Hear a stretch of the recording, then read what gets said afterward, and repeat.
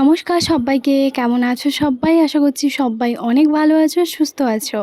আমার নতুন একটা ভিডিওতে তোমাদের সকলকে জানাই অনেক অনেক স্বাগত।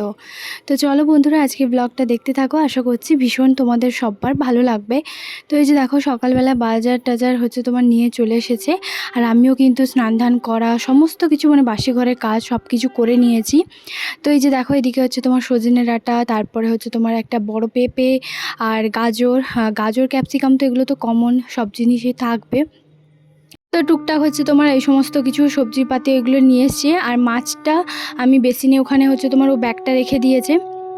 তো ওই জন্য এখানে সব কিছু তোমার আছে। আর ওর সঙ্গে একটুখানি বকবক করছিলাম। আজকে যেহেতু ও বাড়িতে আছে, তাই ওকে একটুখানি বললাম যে তুমি একটু ফোনটা ধরে দাও। না হলে ও কখনোই ফোন টোন আমি পার্সোনালি বলি না ওকে আর কি। তো সেই জন্য আর কি। তো আজকে যেহেতু এইখানে বসেছিল, আমার সঙ্গে কথা বলছিল, এই বাজার টাজার বলছে যে কী কী নিয়ে এসছে না নিয়ে এসছে, আর কিছু বাকি আছে নাকি, তো সেইগুলো কথা বলছিলাম। তো তার জন্য। আর এই যে দেখো, এই ব্যাগের মধ্যে ক্যাপসিকাম আর তোমার রসুন, আর তার সঙ্গে তোমার মাছ আছে। মাছটা কিন্তু আজকে বড় একটা কাতলা মাছ নিয়ে এসছে। তোমরা তো জানো, কাতলা, রুই, বাটা, পাবদা এগুলো আমাদের বাড়িতেই বেশি আসে, আমাদের রুমে কমন যাকে বলে। আর জানো তো, আজকে সকালবেলা আমি রুটি বানিয়েছি।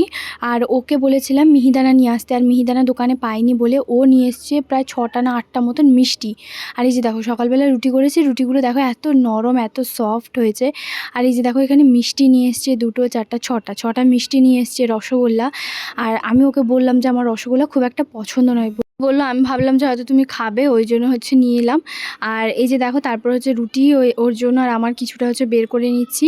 আর তারপর দুজন মিলে খাওয়া দাওয়া করেছি। তো বললো যে জানো তো, ওইরকম মিহিদানাটা তোমার সকালবেলা করেনি, তার জন্যই রসগোল্লাটা নিয়ে এসেছি। তো আমি 2 পিস মতো রসগোল্লা খেয়েছি, আর বাদবাকি ওকে জোর জবরদস্তি করে খাইয়ে দিয়েছি।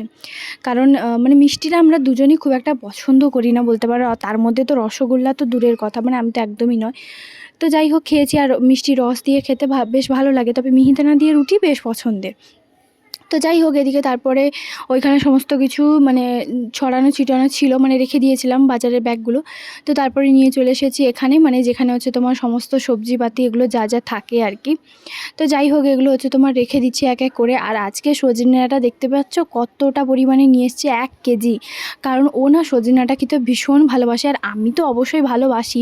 আর দেখবে, গরমকালে তোমার ফুলকপি, আর শীতকালে তোমার শীতকালে তোমার ফুলকপি, আর গরমকালে তোমার সজনে ডাঁটা আলু দিয়ে মাছ দিয়ে ঝোল, শুক্তো, সজনে ডাঁটা আলু বেগুন দিয়ে চচ্চড়ি, এগুলো জাস্ট দারুণ দারুণ।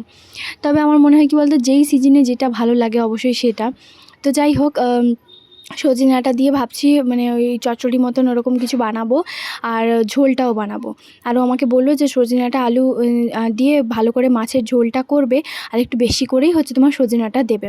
আর জানো তো, এখানে আগে ছিল ওই সামনের দিকে ওই যে টাঙানোর জন্য ব্যাগটা রেখেছিলাম, তবে এখন আর ওইখানে রাখি না, এখন রাখি এই সাইডে। আমি ওই যে ওয়াল হুক যে স্ট্যান্ড ওয়াল যে স্টিকারগুলো নিয়ে এসেছিলাম, তো সেগুলো ওইখানে লাগিয়ে দিয়েছি, সামনেটা যাতে খালি খালি লাগে।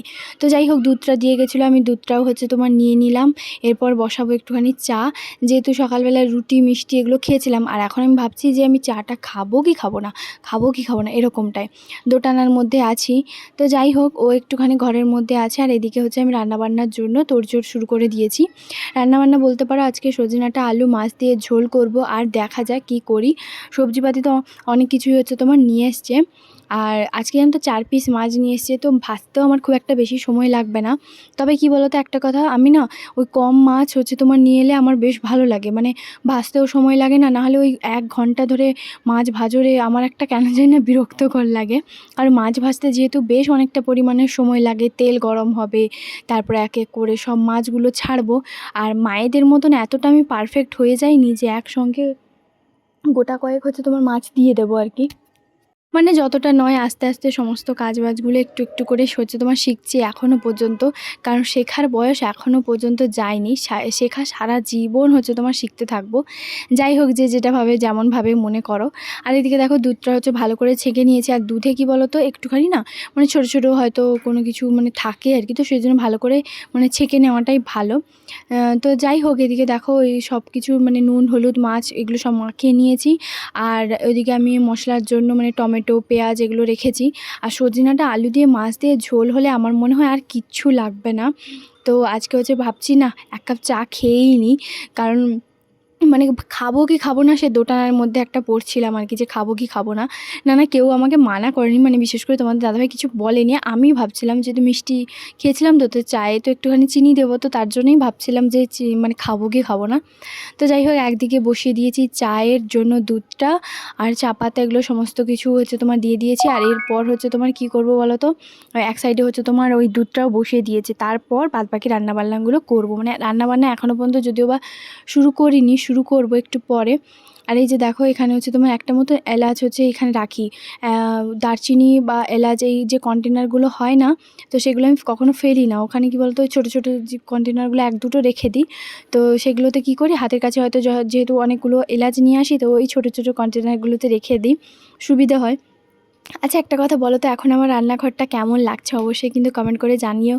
আমি কিন্তু ভীষণ পরিমাণে খুশি সত্যি বলতে। মানে এক একটা করে জিনিস কিনবো না এটাই ভাবছিলাম।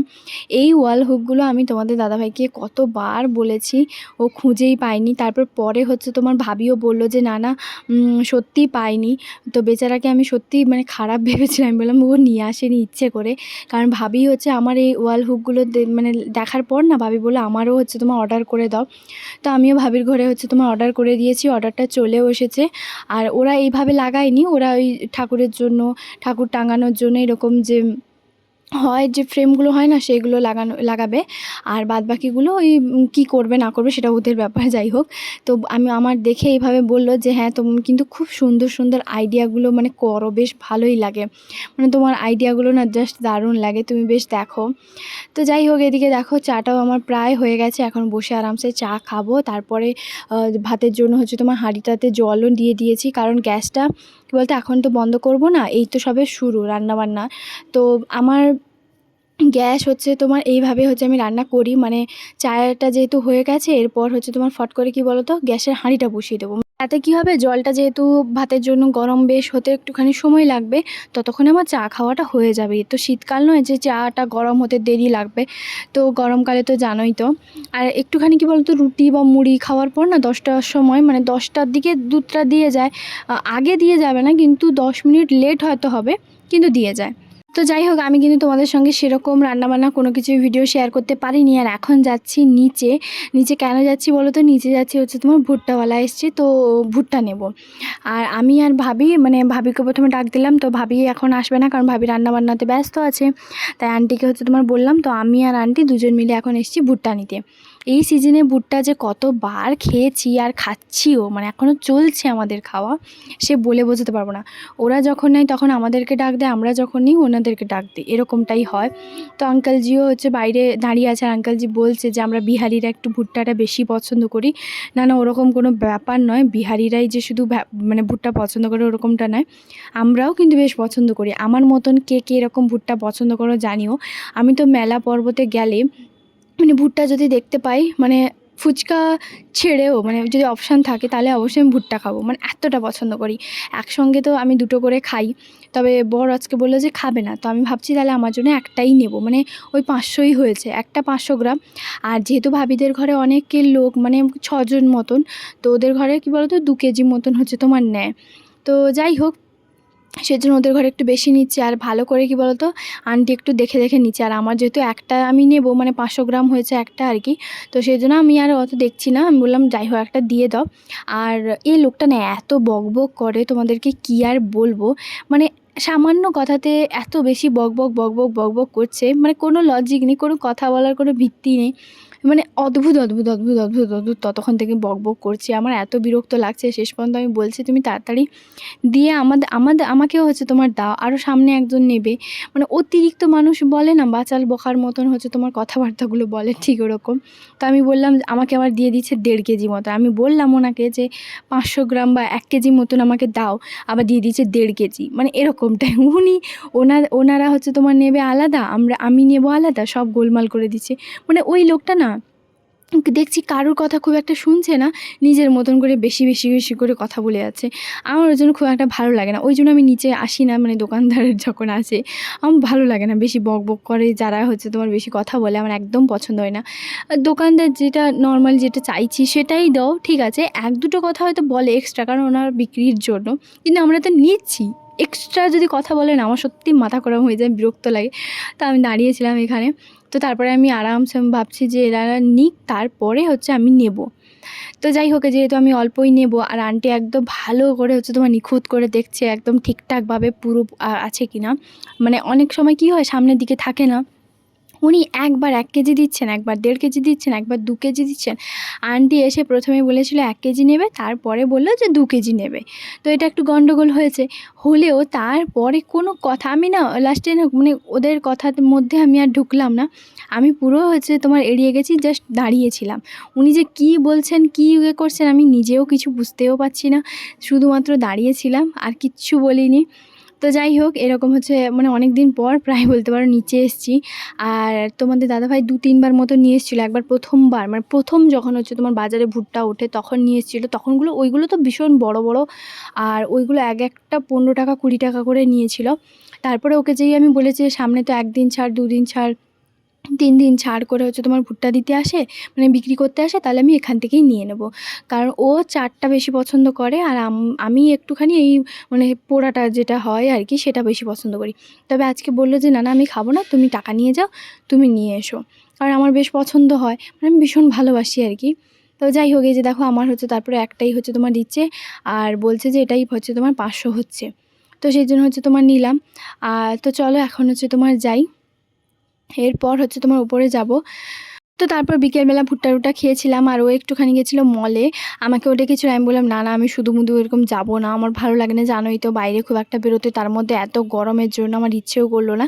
আর ও নিয়ে এসছে মিষ্টি, আমি বললাম সকালে মিষ্টি নিয়ে এলে, আবার মিষ্টি নিয়ে এসে বলছে এই মিষ্টিটা খাও, সকালবেলা তোমার মুডটা কেমন জানি না একটা হয়ে গেছিলো, তার জন্য হচ্ছে তোমার এই যে ক্ষীর পুলি না কি ক্ষীরমালাই একটা নিয়ে এসছে, রসমালাই নিয়ে এসছে, আর দুটো মিষ্টি একটু আলাদা, মানে বললো 4টে মিষ্টি নিয়ে এসছি, 4টেই তোমার পছন্দ হবে।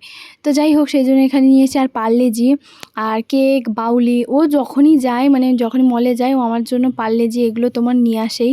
আর বাউলিটা বিশেষ করে নিয়ে আসে, কারণ বাউলিটা আমার ভীষণ পছন্দের। আর রাতে হচ্ছে বানিয়েছিলাম অল্প একটুখানি চিকেন নিয়ে এসেছিলো, তো সেই চিকেনটা দিয়ে চাউমিন বানিয়েছি। তো চলো আজকের ব্লগটা শেষ করি।